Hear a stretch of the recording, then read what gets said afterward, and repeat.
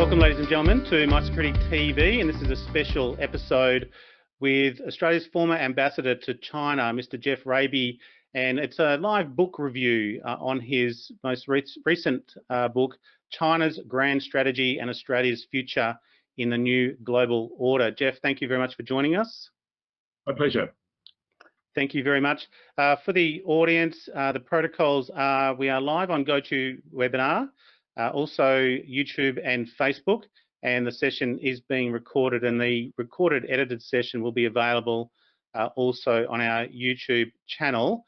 And I will accept some questions from the audience if you do have some, but only the GoToWebinar audience that have actually signed in. Now, I mentioned Geoff is Australia's former ambassador to China 2007 to 2011, the ambassador to APEC 2003 to 2005, and ambassador to the World Trade Organization 98 to 2001, and is proudly awarded the Order of Australia in 2019 for his services to Australia-China relations and to international trade. So, Geoff, pleasure to meet you, and thank you for our pre-interview discussion. Your book is published by Melbourne University Publishing, and in the GoToWebinar, but I'll put it into the notes as well, the mup.com.au, you can find Geoff's book there now available on paperback. Geoff, I was going to show you the book. There's various dog ears, tags. Pretty much every page has got an underline at some point. It was a very good book to read, and you've finished kind of writing it in June, so it's current to June.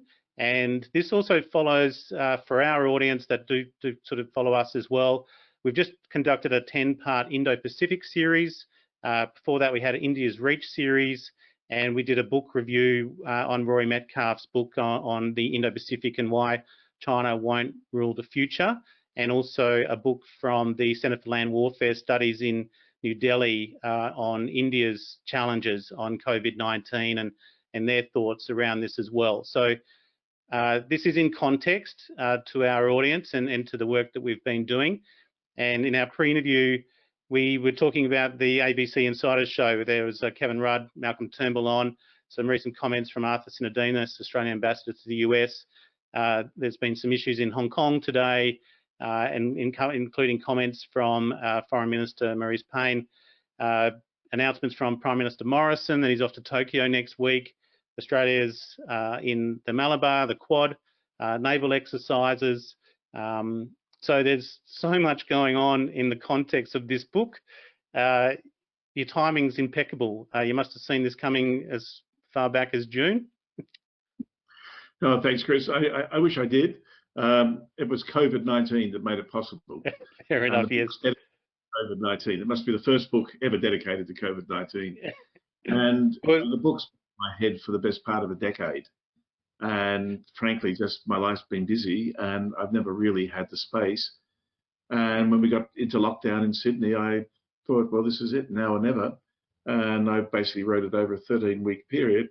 But it was full of anxiety because, as you say, every day I'd wake up and think, what's next? What's happened? So much was happening. So much has still happened. And I had, it was a lot of anxiety. And, when you do a book like this, you're writing about many, many movable parts. And possibly in the last 8 months, the parts have never been more in motion.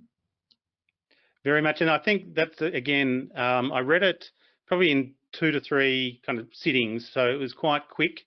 And as you mentioned, you kind of started off, the premise of the book starts in sort of 2012. You gave a Richard Larkins oration at Monash University. It was about 12 months after you came back from China after 4.5-year stint there as the Australian ambassador, and you served 27 years. And it was also 2011 that Barack Obama came to Australia and announced the Asian pivot, as you point out. And again, it was about the same time we started publishing the Asia Pacific Security magazine. We did an interview actually with Francis Adamson, who must have been your predecessor after you as well. Beg your pardon? My successor. Your successor, beg your pardon, predecessor.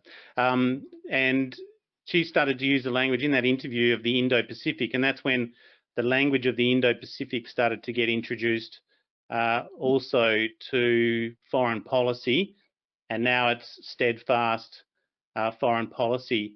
So you gave a presentation at the National Press Club the other day, but I can imagine where some of this is heading, so I understand how you were thinking, but maybe let's start off with the title of the book, China's Grand Strategy. Maybe just to outline what you mean by the title, why that title came about, and sort of what is that grand strategy, and then we'll move to the context of how that sits with Australia. Yes, no, I think it's a very good place to start. Thank you very much. It's important to try and understand what China wants, and that's been a topic of conversation amongst academics, scholars, and so on for quite a long time. It has a grand strategy. It hasn't published a grand strategy under that heading, so you have to divine it from actions and statements. And I think there's probably a reasonable amount of agreement that China's grand strategy basically has two main objectives. One is to continue and ensure China's territorial integrity. So keeping the place together is of enormous importance, absolutely almost neuralgic importance, is this whole issue of territorial integrity. And if you understand that, you begin to understand a lot of things about China's behavior in its peripheral regions, the way it's dealing with Hong Kong. Taiwan's slightly different, but it's all part of this whole issue of territorial integrity. And the other key element of China's grand strategy is maintaining the rule of the Chinese Communist Party. And I argue, not so much in the book, to be honest, Chris, I've done quite a few discussions, and I think this argument sort of developed subsequently. But if you think about it, the two things are sort of mutually reinforcing. If China were to cede any inch of territory, the party would fall. The reaction of the Chinese would be such against the government. So any government in China has to be massively tough and strong on territorial integrity. But equally, China may not have any unity if it didn't have the party running the show, or at least that's what many people in China think and believe. And the origins of both of these elements, I think, go back to the very founding of the People's Republic in 1949, when the Communist Party prevailed in the civil war against the nationalists. It did not inherit an existing state or an existing nation. It took over shards of territory, and from those shards of territory, it had to fashion a nation, which it did, and did fairly quickly in the early years of the 1950s, and then protect and hold that nation together. And that experience, I think, dominates party leadership, government leadership, strategic thinking, strategic priorities to this day. So that essentially is China's grand strategy. It has many instruments of statecraft it uses to pursue the grand strategy. And I think probably now the most important element in the instruments of statecraft it employs to pursue its strategy is the Belt and Road Initiative. So that's where that part of the title comes from. And I think the other thing is we talked about the Communist Party there, and we're seeing the rise of nationalism as well there also. Is that as China's emerged as a leader, and when it sort of does become sort of equivalent to the United States economically as well as potentially military in the next sort of 10, 15 years, those internal risks will increase as well, and it may not sort of achieve that. It could implode, and you did mention that is one possible outcome. I'm not sure I was saying that. What I was saying, a big chunk of the book is about this, that China obviously is already the dominant power in East Asia. Its ascendancy has been powered and driven by its economy, and that is most likely to continue. I can see another 20, 30 years of strong economic growth in China, unless there is some major external shock. And the pandemic might have been that shock, but instead China responded incredibly well, dealt with the pandemic, and is now recording the highest growth rates in the world again. What I'm saying is that, well, militarily, China's not, I don't think, going to catch up with the US unless the US gave up. And US has such global interests, I don't see that happening. But the question that has to be really addressed is that as China emerges or really reinforces its position as the dominant power in the region, is it an existential threat to states in the region, including Australia? And my argument is really China's not. And the second part of the book, after I've dealt with grand strategy and the new order, deals with the constraints on China's exercise of power. And I call China, I describe as a constrained superpower, and that section of the book is called Prometheus Bound, to perhaps make the point a little bit more eloquently, that whatever China's intention might be, you have to look at its capacity to realize that intention. I'm not sure you can divine that China's intention is any sort of global dominance. It wants respect in the world. It clearly wants to be a key participant in global forums, in shaping global norms and institutions and rules, not a taker, but a maker, as the US has been in the post-Second World War period. But I'm not sure that all that adds up to being an existential threat. And you talked about if you treat China like an enemy, it will become one. Maybe in that terms of what we're seeing in the Indo-Pacific and also the rise of, or the more relevance of, the Quad Malabar exercises of note as well. But the Prime Minister mentioned the Quad today as being sort of quite one of the more important platforms, and it was I hadn't really heard it used. It was mentioned even before the G7 and G20.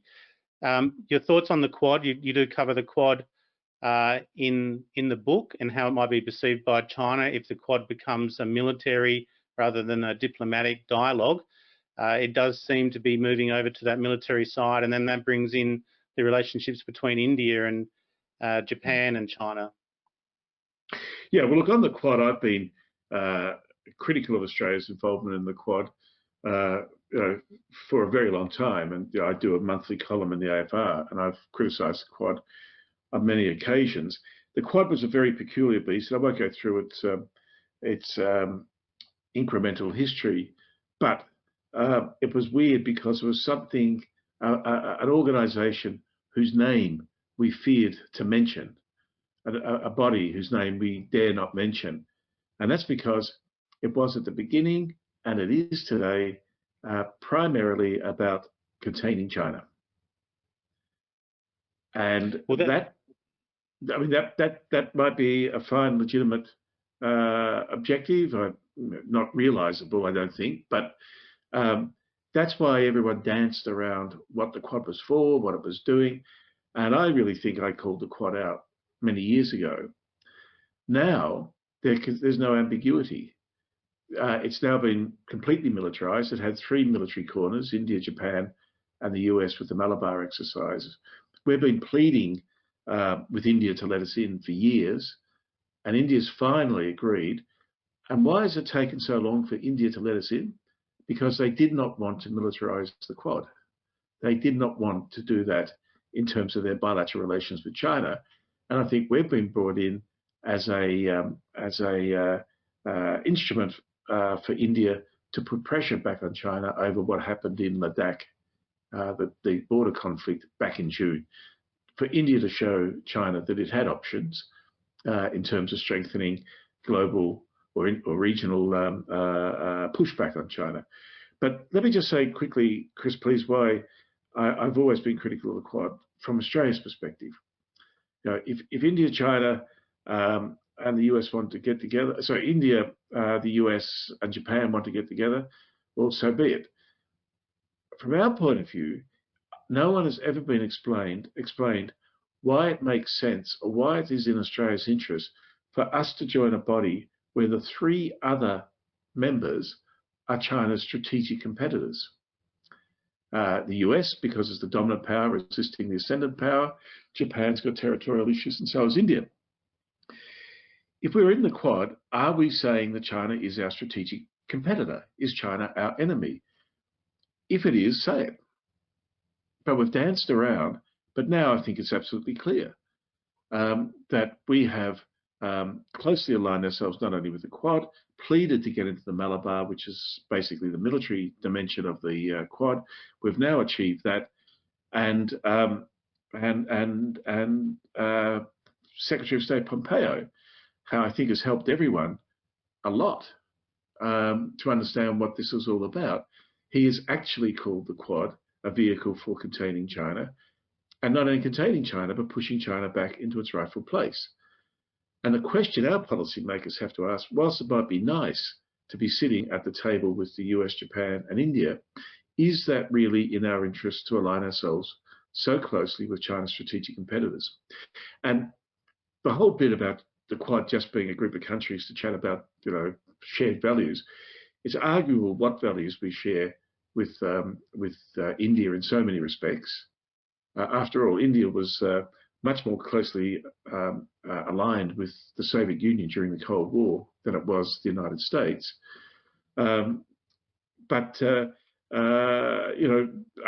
when he created the Quad, talked about a dialogue of democracies or a diamond of democracies. But then why aren't other democratic countries in the region part of it? Why isn't South Korea involved? The Philippines, Indonesia? These are real vibrant democracies in the region, but they've never been part of the Quad because they would have nothing to do with containing China. That's the short answer. So it divides the region. It brings more conflict into the region. And the die is set. I mean, it's not going to change. It's not going to be unraveled. No one's going to take any notice of my views on this. It's got too much momentum. But we do have to be absolutely conscious of what we're doing. And I really don't think policymakers are. And partly, I think also we've been shoehorned into it by the United States. The other key aspect, you make 10 points for a foundation for Australia's strategy, and we'll cover that next. But just in what you were talking about with the Quad and the South Korea and the others aren't included either. But how does that bring with ASEAN, and where do you think ASEAN is? And we hear the ASEAN +3, ASEAN +6. Do you think we're doing enough with ASEAN and just focusing on what our own immediate region with ASEAN? And and we have. Are you saying we have to sort of take a step back from our alliance with the US? Absolutely not our alliance with the US. I think we just have to be more focused on having an authentic independent foreign policy from the US. I mean, point number one of my 10 points is that regional stability and security depends on the US continuing to be deeply engaged in East Asia. There's no question about that. So it's not about the alliance. It's about, in the context of the alliance, our capacity to run a foreign policy which reflects our interests, not only those of the United States. And we have to begin by acknowledging a couple of things. One, our interests aren't identical to the United States. Exports from the US to China are only about 20% of US's global exports, unlike 40% for Australia. We're not a dominant power. We're not threatened by China's rise, and China's not our strategic competitor. So our interests are quite different. They overlap in many places, but they are also different and distinct, and that needs to be acknowledged. And then we need to work out ways of dealing with our neighbours in the region, whereby all of us who share the same issues, and all of us do with China, find forums and engagement that helps to hedge against China, hedge against China's bad behaviour. Now, so coming back to the Quad for a minute, there has been earlier on this year, there was a meeting over pandemics or something, using the Quad as the nub. and adding on Vietnam and New Zealand, I don't know, maybe Singapore, so I forget. But let's have a quint or a set or an oct. Let's have bodies where there's like 6, 8, 10 countries involved, and which don't consist exclusively of China's strategic competitors. But we need to build regional architecture in various ways that hedges China, shows China there will be costs to bad behavior, but hopefully, on a more positive note, China can be a constructive participant in it. It sounds like RCEP, the Regional Economic Cooperation Group, is close to conclusion after snail's pace for the last 10 years and many disappointments. Well, China's a key driver of that, and ASEAN is closely involved as well, and we are. And so that is a body and a forum, even though it may not do a lot, it actually brings countries in the region together, and it includes China. And so, Chris, my last point is I advocate strongly at the end of the book that we ought to lead regional discussion on creating a regional security mechanism. We live in the most dangerous region in the world, and it has no security mechanism. And that's a conversation that began in the middle of the last decade with the six-party talks, and there was a possibility they might have evolved into a regional security mechanism. It's time to get back to that sort of discussion, and we, I think, would have a key role to play, and we could be a very good interlocutor with China and Japan, China and the US. The problem is, of course, we have no official contact basically with China at present. We can't talk to them about anything. Well, I was going to say, what other bodies, you mentioned the regional cooperation, what other key bodies would you kind of align? You said that we can start to have sort of dialogue and send sort of messages out to China, that, you know, almost the olive branch approach. What would be some of those key bodies? Is ASEAN a potential body, or we should just be generating a fresh dialogue and a fresh body for that? Yeah, Chris, good question. Look, I think ASEAN has to be the core. Now, people are very skeptical about that because ASEAN often has trouble getting consensus and doing things. But to the extent that this RCEP is now about to be signed, then it demonstrates, it might take time, but things can happen. There's all the ASEAN Plus dialogue and mechanisms and summits. They're all valuable. I think APEC is still valuable. I think it would be great to engage APEC in a discussion about managing pandemics in the region. And of course, that would involve China and the US all sitting around the same table. These are all things that engage China in the region, lock it in, and also involve the US, and they don't divide the region. And I think in many ways that's where our foreign policy has lost its way. It's focused too much on a US agenda of pushing back and containing China, and not enough on constructive, positive, forward-looking ideas on how to engage China and basically tie it down into regional arrangements. And here's a very good example, which no one talks about: the Asia Infrastructure Investment Bank. That was a Chinese initiative. It's regarded as an extremely well-run, governed body.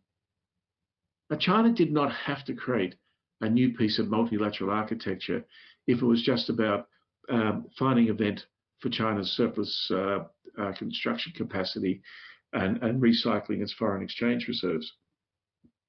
But it wanted to create real multilateral architecture. It's done that, but the US has not agreed to participate. It nearly stopped us joining. Our cabinet was split for 6 months back in 2014 over joining or not joining. Eventually we did join, but way down the pack, and we lost all our early mover advantage. But Japan's not a member. What would be more constructive in the region than to have Japan a member of the Asia Infrastructure Investment Bank? But they won't go in because the Americans have pushed back so hard. So, I think there is much capacity in the region, a possibility to build coalitions, alliances. Some of them would be about hedging China, as I said, and showing China there would be costs for bad behaviour. And I'm thinking particularly around the South China Sea issues. And others should be forward-looking, forward-leaning, including, as I just mentioned, working to try and develop some sort of regional security mechanism. One of the areas that you're definitely strong, and you come from that diplomatic background, and also your time at the WTO, was the economic risk to Australia. And you mentioned there the sort of the cost to China, or how can we show that there's a cost in sort of China's bad behaviour? How would we execute that? And then I want to move on to the economic risk to Australia should China choose to get really nasty. Yeah, well, in terms of economic cost, I really think none of this stuff's easy, right? And if it was easy, it all would have been done. But I do think having groups of or having individual influential countries in the region pushing back on China for bad behaviour, for example, by its joint statements, its representations. It may be restrictions on the activities of some Chinese companies. You could have a whole graduated range of things you could do. The point is, Beijing doesn't want and wouldn't like to see countries in its immediate region forming coalitions to put pressure on it. Yep. Well, the other thing is, you really make the point of China's soft power is they're just not very good at it. And they haven't really, if anything, they've lost a lot of friends over what they've been doing. And even almost the last couple of pages, you point out all the things that China has kind of been doing here in Australia: foreign interference, cyber attacks, all sorts of things that you wouldn't expect from a strategic sort of partner, or you're definitely from a competitor, not someone you're strategically cooperating with. The economic risk for this, and how if their soft sort of power diplomacy is no good, and they don't like being told they're doing the wrong thing, how are we supposed to have that kind of strategic cooperation with them? Because the disparity in size between Australia and China, if we do kind of align ourselves away from the US more to ASEAN, may not hold much weight. Well, no, I think because we're in the region, the immediate region, it is actually very potent against China. But it's not something you do all the time. But it's there. I mean, there should be ongoing government-to-government engagement in a coordinated way. So, for example, the issue with the Uyghurs. Very serious human rights abuse going on in Xinjiang, as far as we know from all the published Western sources. We have many Muslim countries in the region. Indonesia is the largest Islamic country in the region. Now, clearly it's not an issue because we're not an Islamic country for us to lead on, although we have many Islamic citizens in Australia. But these are conversations we could have. And if China saw a group of Islamic, non-Islamic countries coming together and making representations to them on these issues, that would actually be very powerful. Again, this is not what China would expect from the region. So I think not easy to do. I mean, we know it's not easy to do, but we haven't even begun to build habits of cooperation around what I would regard as a hedging strategy. Or imagine a regional conference that didn't include either China or the US, that had as its principal subject how to hedge China. Beijing would just find that such a slap in the face, not intended to be a slap in the face, but it would really send a message that there are limits to what you can do. And where do you see our trade strength with China? And I suppose, again, you talk about the economic risk. How much would Australia change should we continue down a strategic competition with China, aligning ourselves to the US. As we talked about pre-interview, was, during the next sort of 10 years, the US may well recover and do quite well. The rest of the region will continue on economically and the recovery will go on.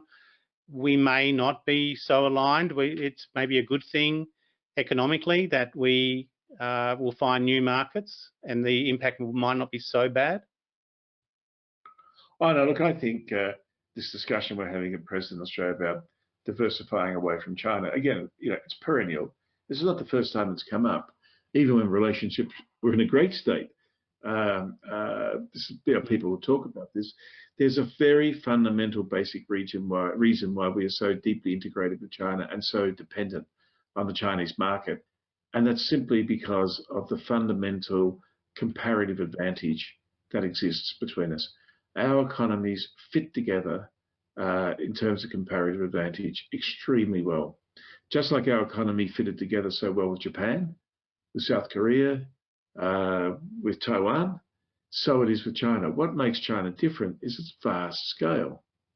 So sure, you can tell the lobster fisherman from Western Australia who I saw interviewed on television the other night to forget about his 20 years of building relationships in China and sell his crayfish somewhere else. And sure, he'll be able to sell them, but at what price? Yeah. Beijing's going to do us all a favour. We're all going to eat cheap lobster and drink cheap premium wine in Australia. It's just simply the scale. And the other thing is, in 15 years, some 300 million middle-class consumers have been added in China, and they pay premium prices. So, China takes 40% of our exports. It accounts for about 10% of our GDP. If we feel we have to diversify or start looking for other markets and we're not able to sell what we have been selling to China, well, we will be a lot poorer for it. But also we're going to lose all the future growth. This is not a static issue. Xi Jinping has just come out and said that China will double its GDP by 2035. That's not hard. It's 15 years away. You only need to do 3.5%, 4%. And they're doing that already today in sort of COVID constrained conditions. We're going to miss all that growth as well. Governments in Australia have talked for as long as I can remember about India as the next China. Well, and we've had report after report, initiative after initiative, huge diversion of diplomatic resources into India. And our exports to India have hardly grown in 10 years. Noted. I'm also West Australian, so I was in WA during the boom time, sort of 10 or so years ago, which was driven by China and the iron ore. So obviously that particular market is huge for Australia. I suppose the other area that you may not have covered very or sort of a lot is the technology side. And you talked about the rise of the middle class in China.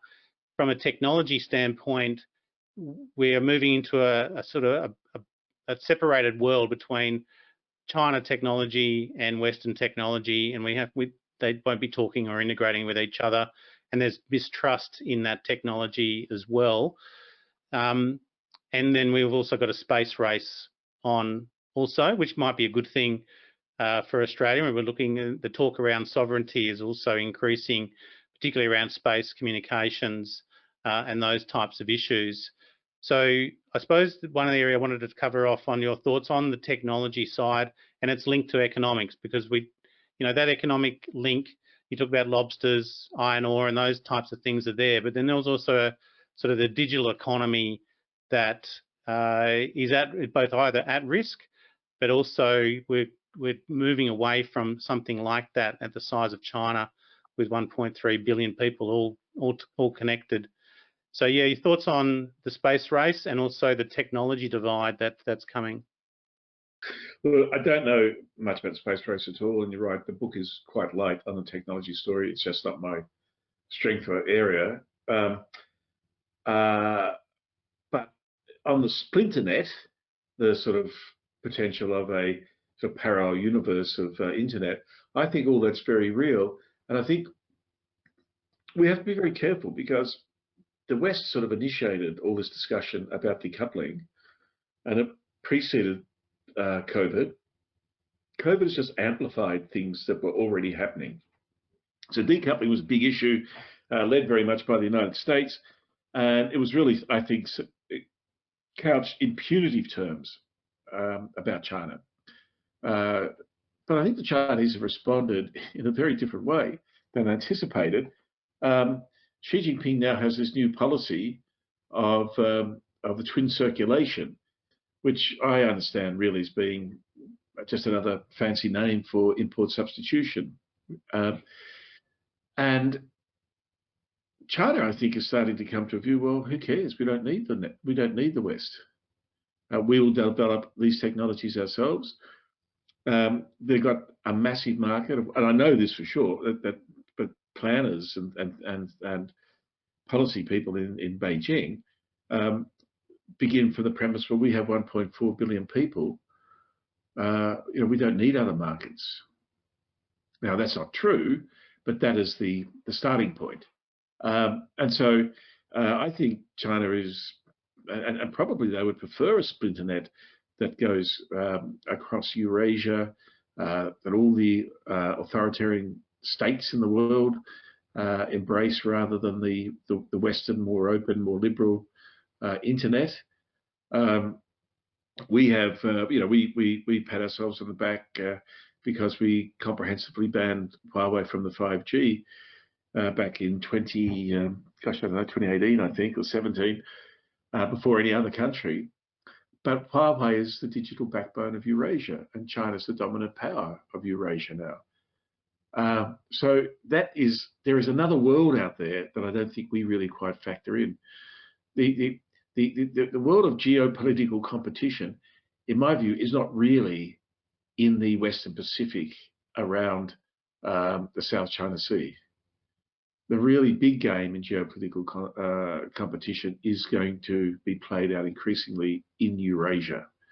Yeah. And it's one reason I have to say, just as an aside, I'm sorry if I'm going down a side alley, it's one reason why I think the Biden administration may actually become much more of an Atlanticist administration in foreign policy terms, rebuilding its alliances with Europe, strengthening NATO, and all about trying to develop a strategy to win Russia back from China.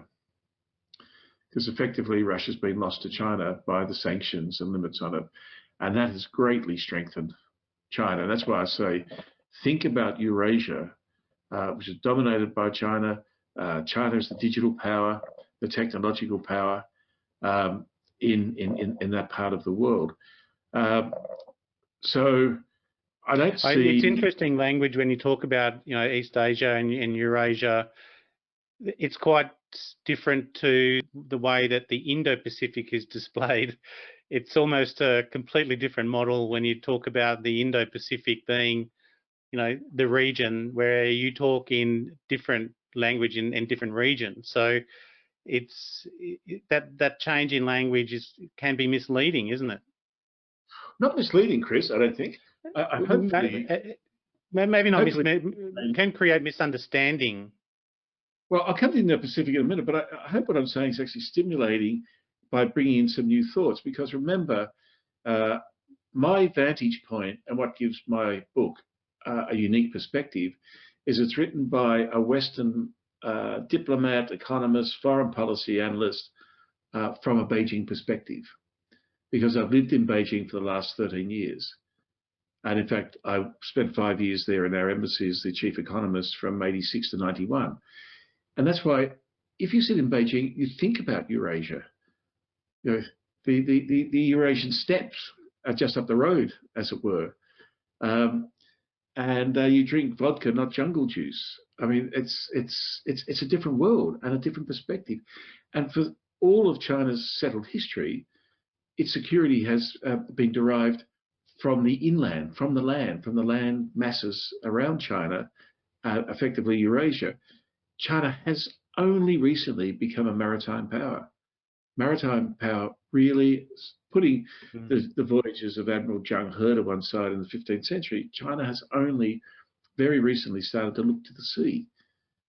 And that's partly what I think is quite unsettling for the US, which has always been a dominant sea power. Yeah, sorry, I lost my thread on the story, but I think this is an interesting way of viewing the world. As I said, what my vantage point is how a strategic policy person in Beijing would think about the security outlook from that perspective. I mean, other than trade, how do you think Beijing views Australia? Is it, aside from our relationship with the US, how would they view Australia if we didn't have that alliance and you say the joint at the hip foreign policy with the US? Do you think that they would be favourable to us and it's a purely trade relationship and we can cooperate? Because I've got my concerns around the strategic cooperation. It's fine for some areas of the economy, but for technology, I do see the risk there that Western nations don't want to have that, and that's where that alignment with US technology comes to play. So I think, yeah, how does China, or how should China view Australia, putting aside the relationship with the US? Do you think we can be strategic partners on everything, or only going to be on certain things? Oh, is that it will enough? always, yeah, Chris, good point, very good point. It will always be selective. It has to be. And it doesn't have to be any different in my view. I mean, I've always thought the formula that works with China in terms of our bilateral relationship is, we have massive areas of common interest, identify them and work on them, but recognize there are very significant differences. And let's work out how to manage those differences so we don't get in the way of our broader interests.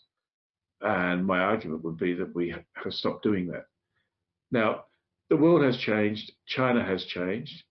I think probably the extent to which it's changed is exaggerated. I mean, China's assertiveness in the South China Sea didn't begin 2 or 3 years ago. It was been assertive for decades. It has come and gone. But when I first went to Beijing as ambassador in 2007, China was throwing its weight around in the South China Sea, and the threat to Taiwan was seen as the most dangerous issue facing the world in terms of peace and security. And that also not a lot has changed, really. No, exactly. But we then have the global financial crisis. Everyone starts worrying about their economic growth, and suddenly they forget about those issues, and suddenly those issues come back again. But of course, China is a much bigger, much more powerful state than it was 10 years ago. That goes without saying, of course, 15 years. And like all great powers, China will throw its weight around and cause issues for neighbouring states and those even further away. That's the world we have to live in. That's Australia's dystopian future, as I describe it in the book. But we have to get the basics right. And one of the basics is, do we see China as a strategic competitor and threat, as our enemy? Or do we see China as a country with which we'll have strategic cooperation? And we haven't resolved that. Or if we have resolved it, we've resolved it in favour of the position the US has taken, which is very explicitly views China as a strategic threat. But as Angus Hewson, the former head of the ADF, said 2 or 3 weeks ago in The Guardian, China is not our enemy. Now, if we could get a common understanding in Australia that that was the case, we could then, very creatively, I think, craft policies of engagement with China. Not on every issue. There'll be lots of differences, but there'll be many areas where we can do it. And one last point on this, Chris, when you ask about how China views us, when I first went to Beijing as ambassador, they used to say to me in the foreign ministry, Australia used to play such a constructive role in the region. You created APEC, you led on the Cambodian peace settlement, you did a whole lot of things. But Australia's diplomacy doesn't seem to be there any longer. Now China doesn't need us. Because then they said, you did things we would like to do, but we could never do. And mainly because they'd be blocked by other countries, we played a very important role in generating ideas and generating regional cooperation. And all that's gone. And the question is, does it need to go? Well, we haven't touched on sort of DFAT, their budget, the defence budgets, and how that might impact on diplomacy. But I like the way we've finished that off. And I think given the hour, and you've been going back to back with interviews throughout the day, as you do when you're doing a book launch, so well done. We'll leave it there. And again, I think hopefully we've given enough to the audience that this book is worth a read. And it's worth a read because it then allows you to follow sort of the trajectory and where things are actually moving week by week and almost day by day at the moment on that. And obviously we've got some key events coming up and the 70th year of the alliance with the US next year as well. So the rhetoric and that diplomatic language will continue, and it's definitely something I look at is the language that is used out of the US, China, well, across the region really. It doesn't leave me with much faith, to be honest, and but it's definitely one to watch. So look, my feedback, my constructive feedback, this is a very well written book. You're very obviously well versed with China. I like the personal experiences and the anecdotes that you provided, and it's a very well informed read. And it's also not from a security intelligence read, it's their economic read, which I think is important to get that. You mentioned debate, so this could well be an ongoing debate and discussion. So certainly in the current context of 2020, provides that immediate historical relevance and also the DFAT insights. The only thing I did find is the technology side. We cover a lot more on technology, and the tech race is in quite contrast. And I think if any budding authors are out there, if you're bringing a book out on that, could also balance the military, the economic, but also think the technology side is also worth covering off. So look, Geoff Raby, thank you so much, the author of China's Grand Strategy and Australia's Future in the New Global Order. It's been a long day for you, and thank you very much for joining us on My Security TV. Thank you so much for having me, Chris. It's been a pleasure. Thanks, Geoff. Absolute pleasure. All the best. Oh, thank you.